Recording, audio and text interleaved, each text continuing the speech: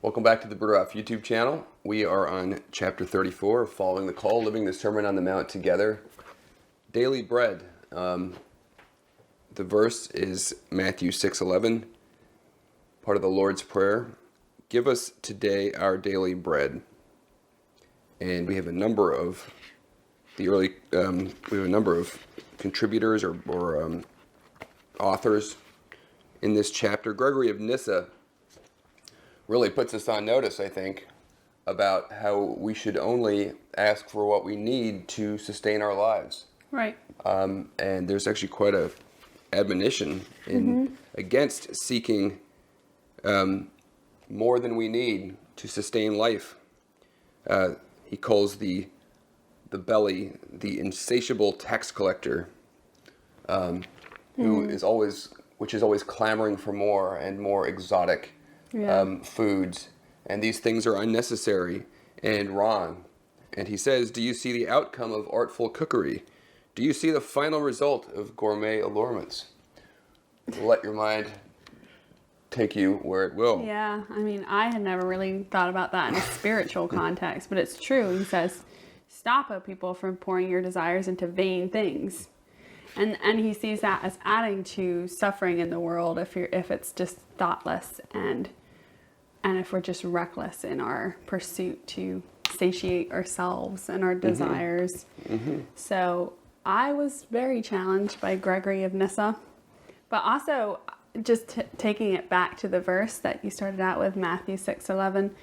The next contributor, Leonardo Boff, delves into this, but I thought it was really interesting that it's a plural petition, like give us, not give me, my daily bread.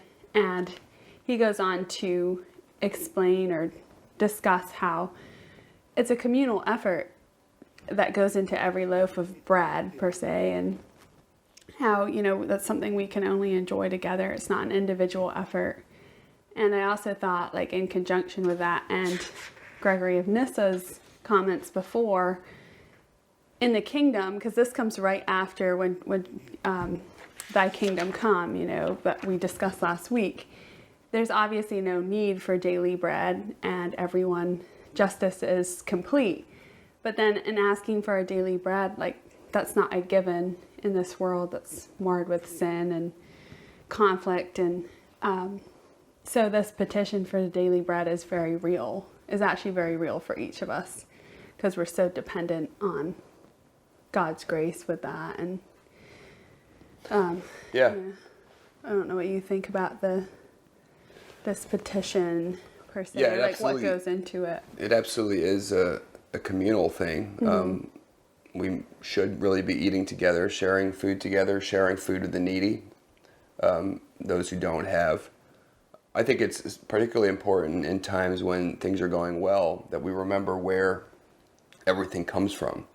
We can sometimes become self-satisfied and think that we are the providers of our own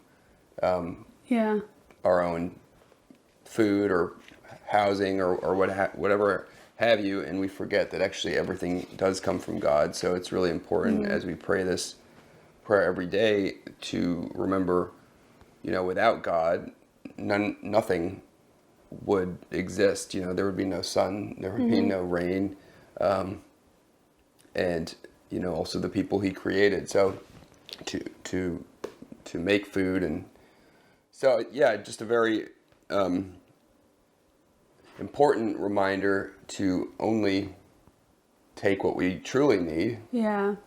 To share it with others, whether it's people we live with, but also especially people around us who aren't doing well. Let's make sure that they're also able to eat.